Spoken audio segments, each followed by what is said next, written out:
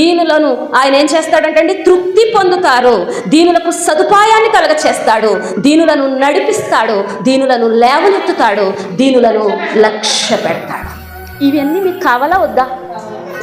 అన్ని ప్రశ్నల తాళానికి ఒకటే తాళపు చెవి. ఏంటా తాళపు చెవి? దీనత్వం అనే. ఈ అన్ని ఆశీర్వాదాలను ఒకటే తాళం వేసేస్తుంది. ఏంటా తాళం? అహంకారం. ఏంటండి? అహంకారం.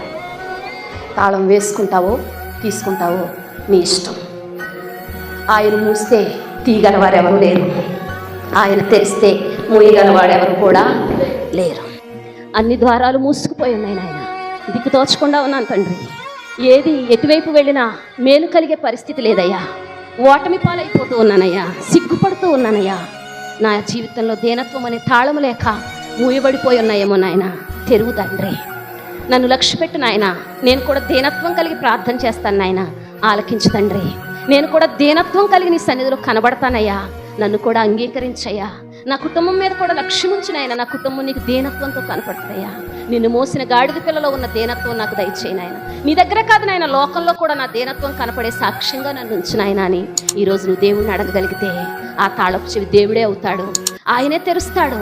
ఆయన తెరిచి 7 ఆశీర్వాదాలు నీకు ఇస్తాడు.